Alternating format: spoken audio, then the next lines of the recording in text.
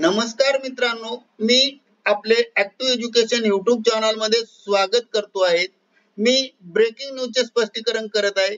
कर्मचाऱ्यांच्या खात्यावर या दिवशीपासून जमा होणार डीए एरियर्स, पहा नवीन अपडेट.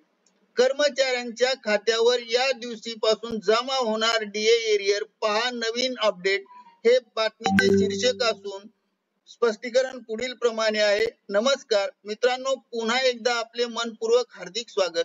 आताच्या घडीची सर्वात मोठी ब्रेकिंग न्यूज, कर्मचाऱ्यांच्या खात्यावर जमा होणार रक्कम. जाणून घ्या ही सविस्तर नवीन अपडेट. त्यापूर्वी जर आपण ऍक्टिव्ह एज्युकेशन युट्यूब चॅनलवर नवीन असाल तर चॅनलला लाईक, शेअर आणि सबस्क्राईब करायला विसरू नका. ही महत्त्वाची आणि आनंदाची बातमी आपल्या सहकारी मित्रांना शेअर करायला विसरू नका. चला तर पाहूया ब्रेकिंग न्यूजचे स्पष्टीकरण. ब्रेकिंग न्यूजचे स्पष्टीकरण. केंद्रीय कर्मचारी आणि पेन्शनर्स गेल्या काही वर्षापासून त्यांच्या थांबलेल्या 18 महिन्याच्या डीए महागाई भत्ता एरियसच्या संदर्भामध्ये प्रतीक्षा करत आहेत. कोविड-19 महामारीच्या काळात 1 जानेवारी 2020 ते 30 जून 2021 या कालावधीत सरकारने हा भत्ता थांबवला होता. त्यानंतर कर्मचारी आणि पेन्शनर्स यांना अशी मोठी आशा होती की सरकार लवकरच त्यांच्या थकीत एरियर्स देईल. विशेषतः उच्च श्रेणीच्या कर्मचाऱ्यांसाठी एरियर सुमारे 1,02,18,000 रुपयापर्यंत जाऊ शकते. ही मोठी एवढी रक्कम आहे. 23 जुलै रोजी केंद्रीय अर्थमंत्री निर्मला सीतारामन यांनी वित्तीय बजेट म्हणजेच अर्थसंकल्प सादर केला आणि कर्मचाऱ्यांची अपेक्षा होती की या बजेटमध्ये डीए एरियर्स काही सकारात्मक घोषणा केली जाईल. परंतु बजेट सादरीकरणानंतर याबाबत कोणतीही आशा उरली नसल्यामुळे, उल्लेख न केल्यामुळे कर्मचाऱ्यांच्या अपेक्षेचा मोठा भंग झाला आणि धक्का बसला. तरीही अनेकांनी आशा सोडली नाही आणि भविष्यात सकारात्मक निर्णय होईल अशी अपेक्षा ठेवली. आणि नुकतेच सरकारने या विषयावर एक महत्त्वपूर्ण अपडेट जारी केले आणि या अपडेटनुसार असे दिसते की कर्मचारी आणि पेन्शनर्स यांना थांबलेल्या 18 महिन्याच्या डीए एरियर्स मिळणार नाही. ही बातमी कर्मचाऱ्यांसाठी एक मोठा धक्का मानली जात आहे. अनेक वर्षापासून प्रतीक्षेनंतर या निर्णयाने कर्मचाऱ्यांमध्ये निराशा पसरली आहे. डीए एरियर्स बाबत सरकारची भूमिका. राज्य वित्त मंत्री पंकज चौधरी यांनी स्पष्ट केल्याप्रमाणे आणि सांगितल्याप्रमाणे ही सरकारकडे 18 महिन्याची डीए एरियर्स देण्याची कोणताही प्रस्ताव नाही आणि यापुढे असे स्पष्ट केले सरकार या काळातील थांबलेला डीए एरियर्स देणार नाही.